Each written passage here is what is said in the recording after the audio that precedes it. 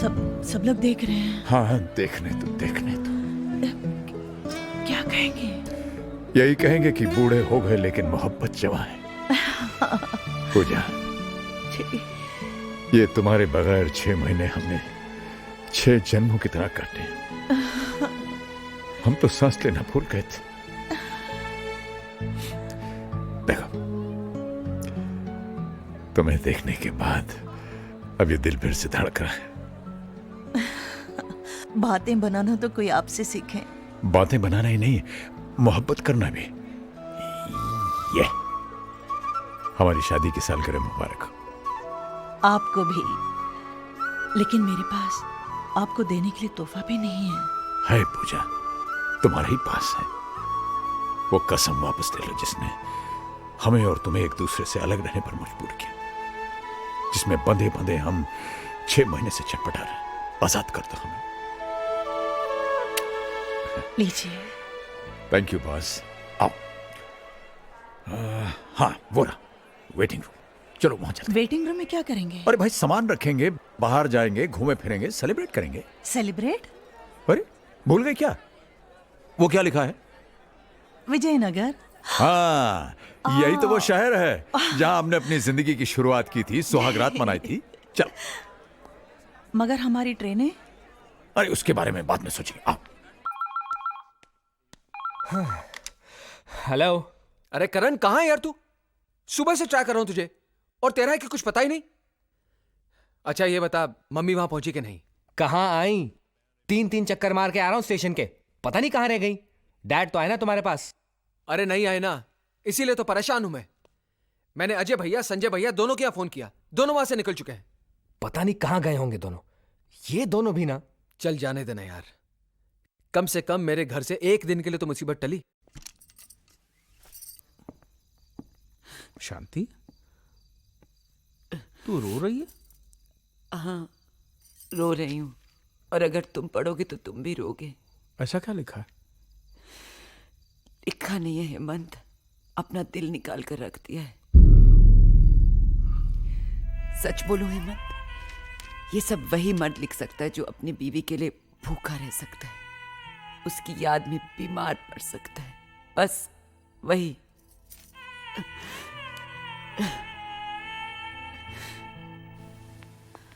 जहां उम्मीद होती है वहां प्यार नहीं मिलता, जहां सोचा भी ना हो वहां इतना मिल जाता है कि संभाले नहीं संभलता। एक बात कहें, किसी से उम्मीद करनी ही नहीं चाहिए। उम्मीदें टूटती हैं तो बड़ी तकलीफ होती है।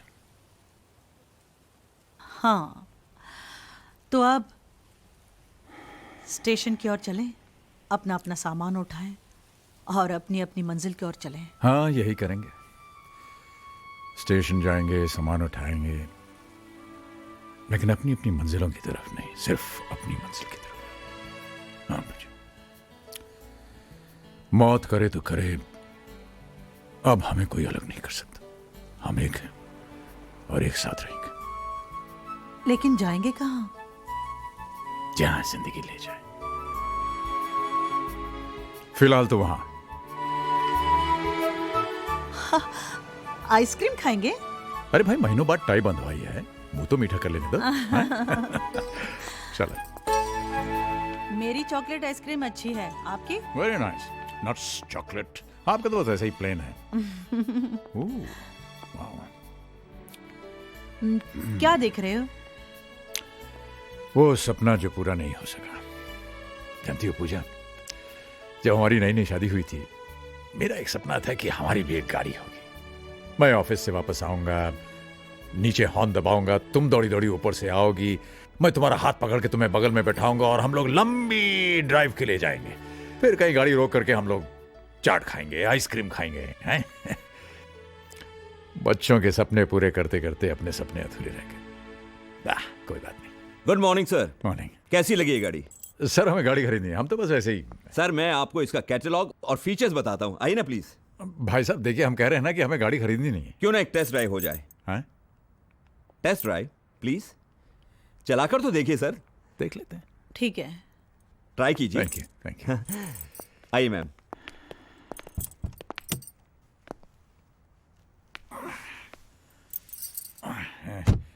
वही जरा पकड़ना।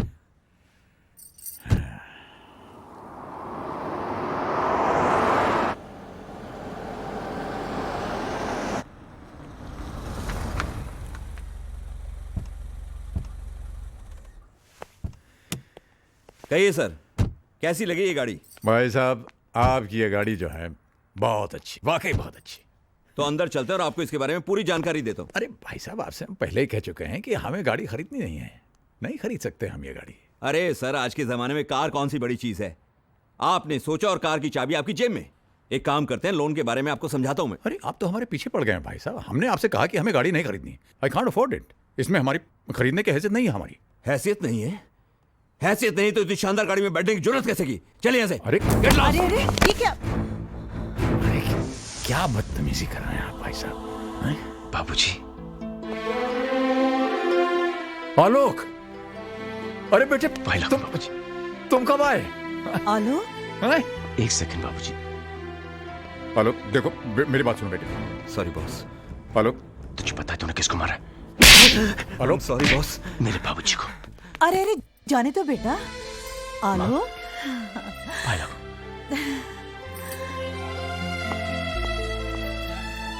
कहाँ चले गए थे आप लोग?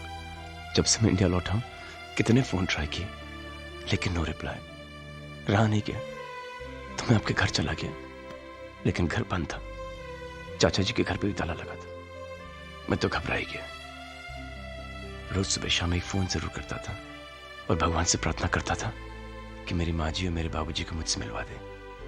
उसने मेरी बात सुन ली। तो आपको मेरे साथ घर चलना होगा। वहां पे कोई आपका इंतजार कर रहा है। चल, बाकी बातें वहां पे करेंगे। ओके, चलिए ना। चल।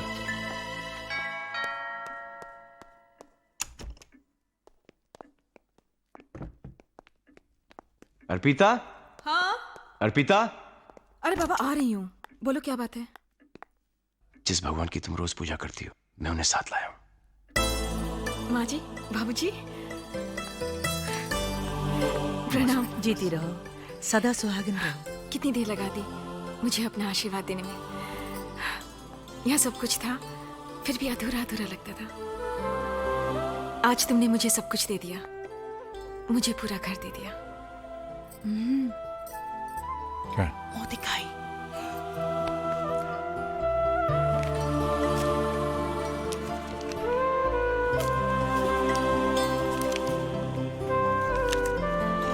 ये लो बेटा, मुंह दिखाइए, रख लो। ले लो, भगवान का प्रसाद है। कितने इर्रिस्पॉन्सिबल हैं मॉम और डैड। हम यहां पर परेशान बैठे हैं और उन्हें हमारी कोई फिक्र ही नहीं। अरे इनका क्या है? काम वाम तो है नहीं, लेकिन हम सर्विस वाले हैं, कब तक अपनी छुट्टियां बढ़ाते रहेंगे? बहुत हो गया। और कितना इंतजार करें? जब आना होगा आ जाएंगे। माँ जी, बाबूजी, आइए, खाना तैयार है। अरे बेटा, मुझे बुला लिया होता, मैं तो यूं ही बैठी थी। कैसी बातें कर रही हैं? बहू के होते हुए आप काम करेंगी? बैठिए ना बाबूजी। बाबूजी, यहाँ नहीं, आप यहाँ बैठिए ना। बेटा, ये जगह तो हेड ऑफ द फैमिली की होती है। और वो आप हैं बाबूजी। पापा जी, यहाँ संजू बैठते हैं, आप वहां बैठिए ना। प्लीज। आप ही इस कुर्सी की शोभा है। 4 महीने से ये घर और ये कुर्सी आपके इंतजार में थी। और माँ जी, आप बैठेंगी यहाँ क्योंकि मैं आप दोनों को एक दूसरे से अलग नहीं देख सकता।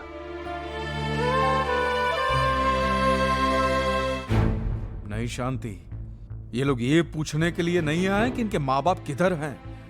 ये लोग ये जानने के लिए आए हैं कि वो जिंदा हैं कि मर गए हैं। अगर वो मर गए हैं तो इनका क्रियाक्रम कौन करेगा, और बदकिस्मती से अगर बच गए हैं तो उनका इलाज कौन कराएगा? हेमंत भाई, प्लीज प्लीज, मुझे मेहरबानी करके भाई मत बनाओ।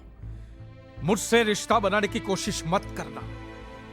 जिसके साथ तुम्हारा खून का रिश्ता था, उसको तो खून के आंसू रुलाया तुमने। इधर इधर बैठ के छिप छिप के रोते थे। देखिए, आप हमारी अब मेहरबानी करके चले जाओ।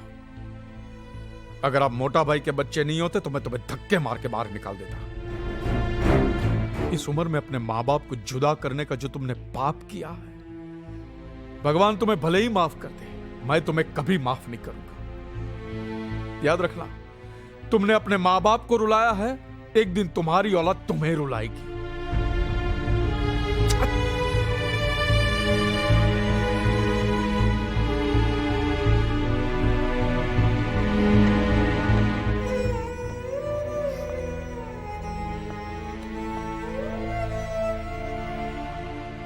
बहुत सताया शांति इन्होंने मोटा भाई को, बहुत। अगर औलाद ऐसी होती है शांति, तो अच्छा है हमें औलाद नहीं है। नहीं चाहिए, हमें नहीं चाहिए, हमें नहीं चाहिए।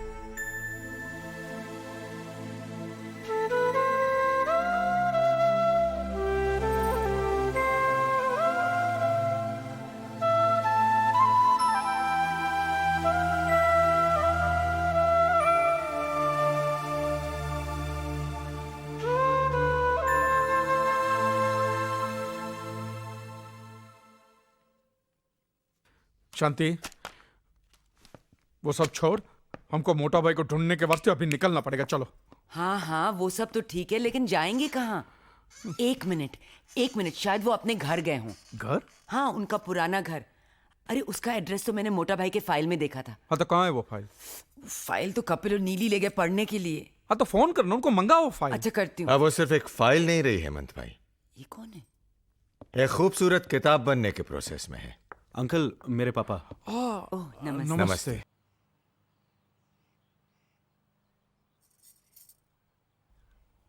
बाबूजी, बाबूजी, माँ जी। माँ जी, प्रणाम। आप लोग कहीं घूमने जा रहे हैं क्या? नहीं अर्पिता, ये बाबूजी की बहुत पुरानी आदत है। हर सुबह नहा धो के रेडियो के तैयार हो जाते हैं, है ना बाबूजी? हाँ बेटा, पर आज बात आदत की नहीं, जरूरत की है। हमारी ट्रेन का टाइम हो रहा है बेटे। ट्रेन? कहाँ जा रहे हैं बाबूजी? घर ही जा रहे हैं बेटे। बाबूजी, ये भी तो आप ही का घर है। जी बाबूजी, मैंने हमेशा एक सपना देखा कि हमारा एक छोटा सा घर हो, मेरे माँ बाप मेरे साथ रहें। मैं वो सपना जीना चाहता हूं जो कि आज तक मैं नहीं जी पाया। ऐसा जरूर होगा बेटे, पर अभी हमें जाना होगा। जिंदगी के खोए सिरे तलाशने हैं। और बाबूजी, कुछ दिन माँ कही ना बाबूजी से, प्लीज बाबूजी कुछ दिन। बेटे मैं प्रॉमिस करता हूं, मैं जरूर आऊंगा। आखिर हमें भी तो एक ऐसे बेटे के साथ रहने के अरमान है जिसने अपने पिता को ही भगवान मान लिया। माना नहीं भगवान, आप मेरे भगवान हो जो मेरी जिंदगी में मेरे पिता बनकर आए, जिसने एक ऐसे बच्चे का हाथ थामा जिसकी इस दुनिया में कोई जरूरत नहीं थी। ना उसका कोई नाम था, न ही कोई पहचान। एक पत्थर था, सिर्फ एक पत्थर। न जाने किन किन पांव तले रोंद कर अभी तक धूल में मिल गया होता। आपने उसके सर पर हाथ रखा। ये जो मेरा जीवन है बाबूजी, ये आप ही की देन है। ये जो जिंदगी जो आज मिली, इसकी हर सांस पर आप ही का नाम लिखा हुआ। अर्पिता, अगर मैं जन्मों तक भी कोशिश करूं तब भी नहीं चुका पाऊंगा। बस बेटे, बस। नहीं बाबूजी, मैं कुछ नहीं जानता। आप मुझे छोड़कर नहीं जा सकते। मैं तुम्हें छोड़कर कहां जा रहा हूं बेटे, बस कुछ ही दिनों की तो बात है। ठीक है बाबूजी, मैं आपकी कोई बात नहीं डालूंगा, लेकिन फिर आपको मेरी भी एक बात माननी पड़ेगी। मानेंगे ना आप? हाँ बोलो। प्रॉमिस? प्रॉमिस। आपकी बहू ने और मैंने आपके लिए एक छोटा सा तोहफा। आप इनकार नहीं करेंगे बाबूजी? अरे नहीं, आपने कहा आप इनकार नहीं करेंगे। आइए ना, आइए माँ। आइए माँ जी।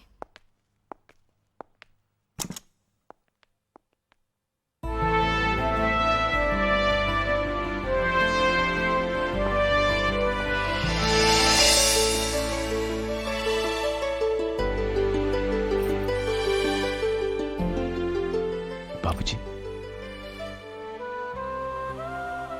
कैसा लगा था? बेटे ये क्या कर दिया तुमने? कुछ नहीं बाबूजी।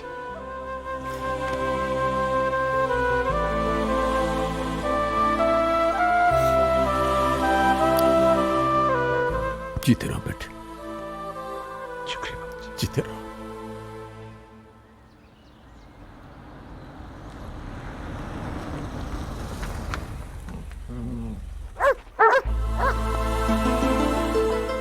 राजू भैया,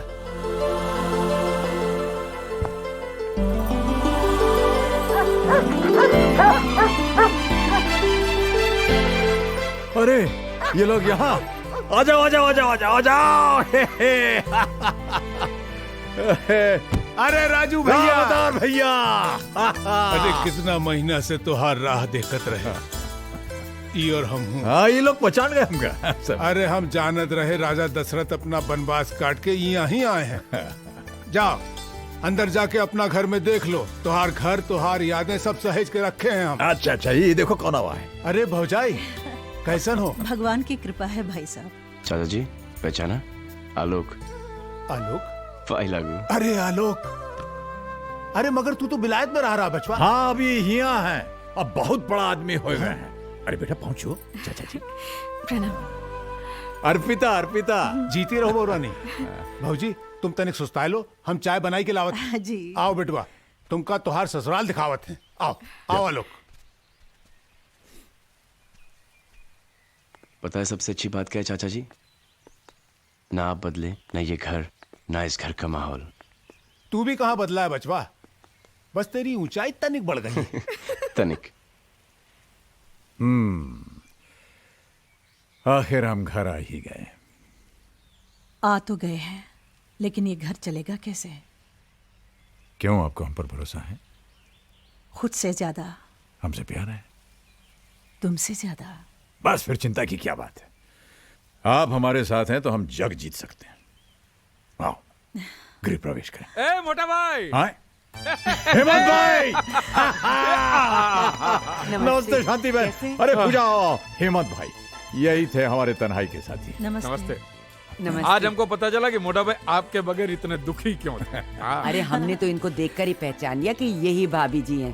बागबान में मोटा भाई ने इनकी खूबसूरती का इतनी बार जिक्र किया है कि। ये बागबान की बात आपको? अच्छा अच्छा, तो हम आप ही के यहाँ छोड़ आए थे। तो अच्छा हुआ ना, भूल आए। लंदन के न्यू वेव पब्लिकेशन हाउस ने उसे छापने का नक्की किया मोटा भाई। क्या बात कर रहे हैं? अरे ये देखो, एडवांस का चेक 10 लाख रुपए का 10 चेक है। 10 लाख? 10 लाख? हाँ 10 लाख पूजा, 10 लाख? 10 लाख। 10 लाख? अरे जे 10 लाख का शोर कैसा है भैया? अरे राम अवतार भैया, हमारी किताब छप रही है। क्या कह रहे हो? हाँ।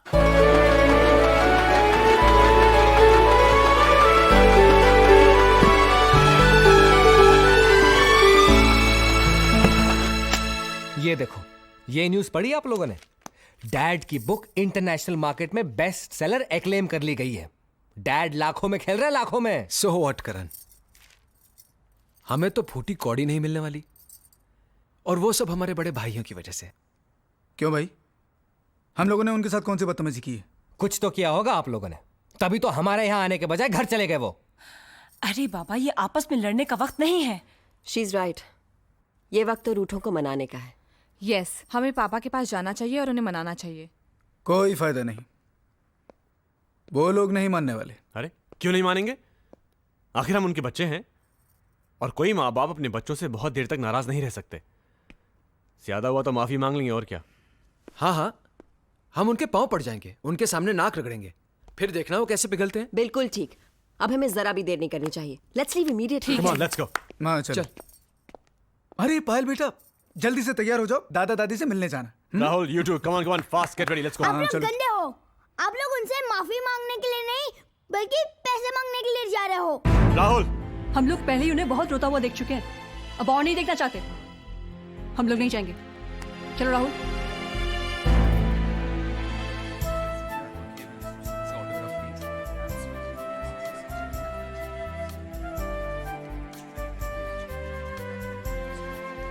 देख रहे हैं मिस्टर मल्होत्रा, अपने खिलाए बाग का जादू।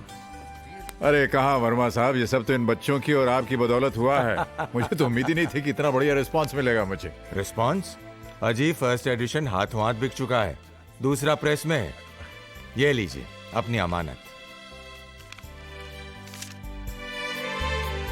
ये अरे लेते जाइए साहब, ये बागबान अभी न जाने और कितने गुल खिलाएगा। अरे हाँ, नेक्स्ट वीक आपके सम्मान में हम एक कार्यक्रम कर रहे हैं। आप तो आइएगा ही, हम परिवार को भी लेके आइएगा।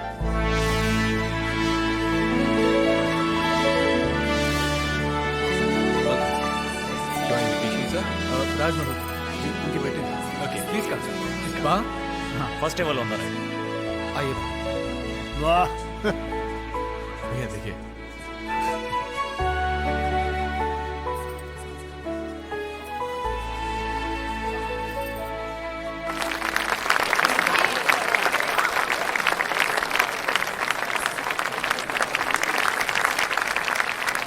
डैड,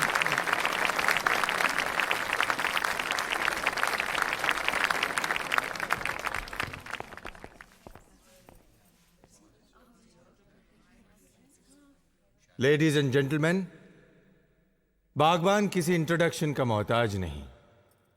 इसके ऑथर का बुकर अवार्ड से सम्मानित किया जाना अपने आप में बागबान की सफलता की कहानी कहता है। इससे पहले कि मैं मिस्टर राज मल्होत्रा से बागबान पर रोशनी डालने की रिक्वेस्ट करूं, मैं चाहूंगा कि उनका बेटा अपने पिता के बारे में कुछ कहे, और इसीलिए मैं स्टेज पर आने के लिए रिक्वेस्ट करता हूं। कौन भैया? All the best. Mister Alok Raj से। आलोक जी, प्लीज।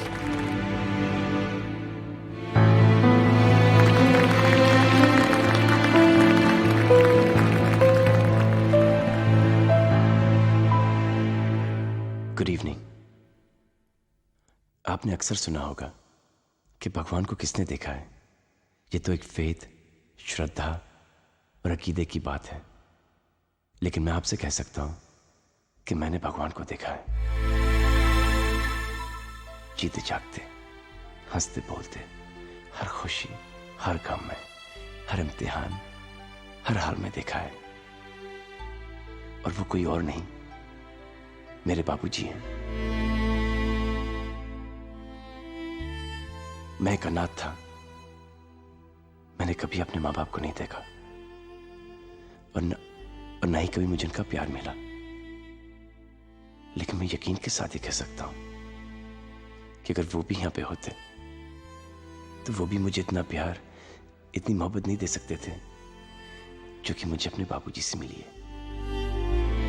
मुझे मेरे बाबूजी से बहुत कुछ मिला है, तो मैं उनसे कुछ नहीं मांग सकता, लेकिन मैं भगवान से एक चीज जरूर मांग सकता हूं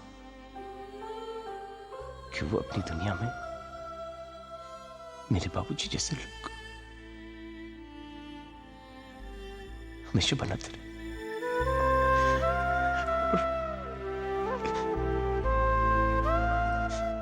बस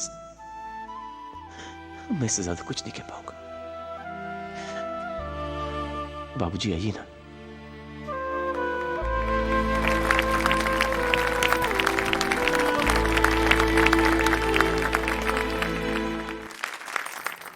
देवी और सज्जनों, आपने मेरे बारे में अभी जो कुछ भी सुना उस पर बिल्कुल विश्वास मत कीजिएगा।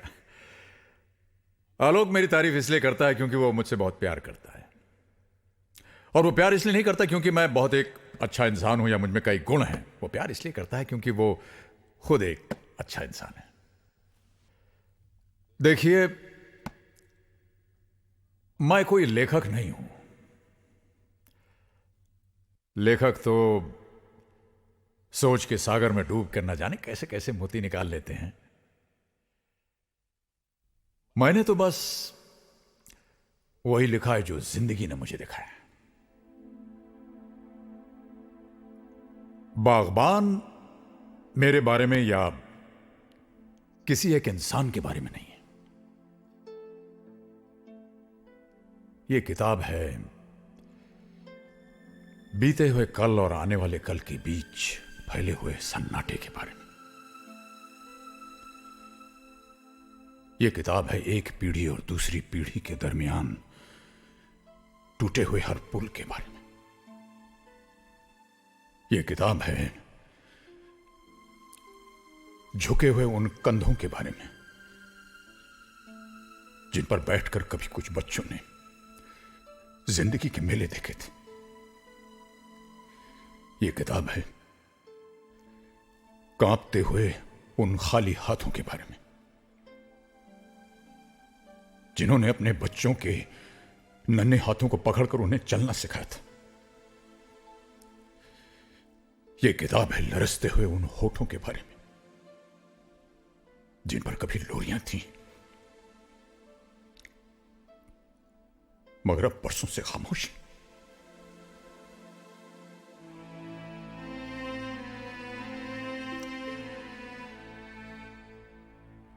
जमाना बदल गया है, जिंदगी बदल गई है। हमारी उम्र के लोग याद करें कैसे बेकार के रिश्तों और बंधनों में उलझे रहते थे हम लोग। बाप के चेहरे में ईश्वर देखते थे हम,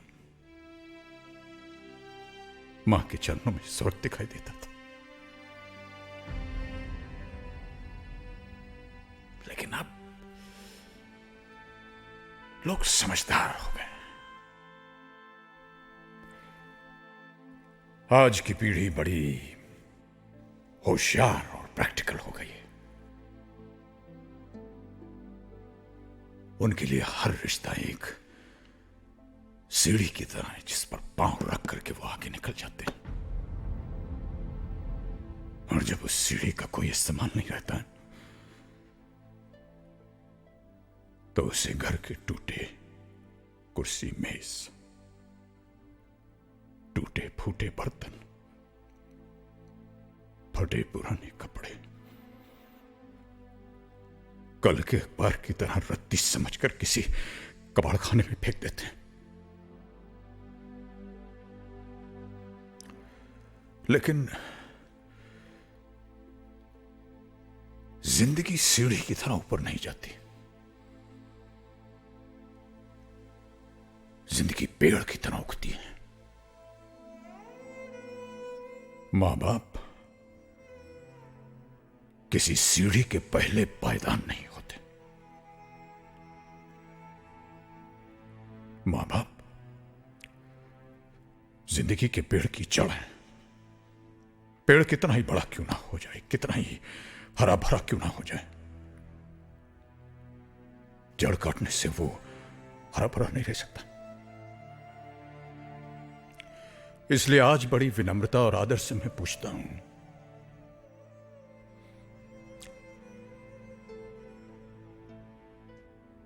कि जिन बच्चों की खुशियों के लिए एक बाप अपनी मेहनत की पाई पाई हंसते हंसते उन पर खर्च कर देता है, वही बच्चे जब बाप की आंखें धुंधली हो जाती हैं तो उन्हें कतरा भर रोशनी देने से क्यों कतराते हैं?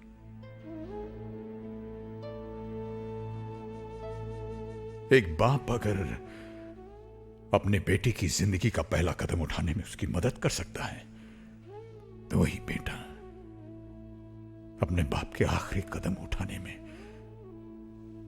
उसे सहारा क्यों नहीं दे सकता? जिंदगी भर अपने बच्चों पर खुशियां लुटाने वाले मां बाप को किस जुर्म में आंसुओं और तन्हाई की सजा सुना दी जाती है? अगर वो हमें प्यार दे नहीं सकते तो उन्हें हमसे हमारा प्यार छीनने का अधिकार किसने दिया?